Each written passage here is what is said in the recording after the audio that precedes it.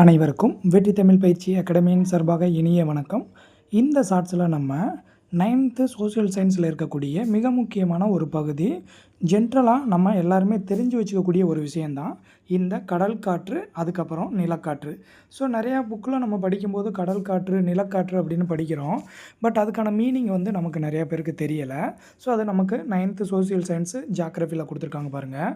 கடல் காற்று அப்படின்னா பொதுவாக தெரிஞ்சுக்கோங்க. கடல் காற்று அப்படின்னா கடல்லேருந்து காற்று மதிய நேரத்தில் என்ன பண்ணோம், நிலத்தை நோக்கி வீசும். அப்போ கடல் காற்றுனா கடல்லேருந்து காற்று நிலத்தை நோக்கி வீசுது, சரிங்களா? ஸோ இதை பாருங்கள். பகல் நேரத்தில் பார்த்தீங்க அப்படின்னா கடலை கம்பேர் பண்ணும்போது நிலப்பகுதி ரொம்ப வேகமாகவே வெப்பமடைஞ்சிரும். அதனால் காற்று என்ன பண்ணுது, மேல் நோக்கி போயிடும், சரியாங்க? அப்போ அந்த நேரத்தில் நம்ம பார்க்கும்போது கடலை ஒட்டி இருக்கக்கூடிய பகுதியில் குறைந்த காற்றழுத்தம் அங்கே ஏற்படுதுங்க.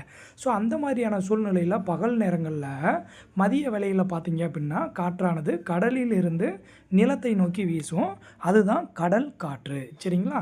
ஸோ இந்த கடல் காற்று கோடை காலத்தில் என்ன பண்ணும், நிலப்பகுதிகளில் வெப்பம் குறைவாக இருக்கிறதுக்கு இது மிகவும் உதவுது அப்படின்னு சொல்கிறாங்க, சரிங்களா? இது கடல் காற்று. அடுத்தது நிலக்காற்று. நிலக்காற்று அப்படின்னா என்னதுங்க, நிலத்திலிருந்து காற்று கடல் பகுதியை நோக்கி வீசுறது.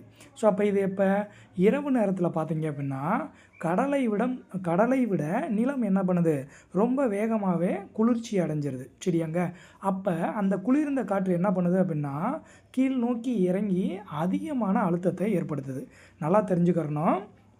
கடல் காற்றை பொறுத்த வரைக்கும் குறைந்த காற்றழுத்தம் ஏற்படுது, நிலக்காற்றை பொறுத்த வரைக்கும் அதிகமான அழுத்தம் ஏற்படுது.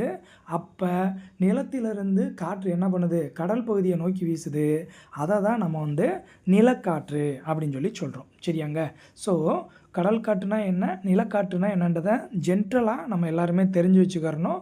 ஒரு ஸ்டேட்மெண்ட்டாக இந்த கொஸ்டினை கேட்டாங்க அப்படின்னா ரொம்ப எளிமையான முறையில் புரிஞ்சு ஆன்சர் பண்ணுங்கள்.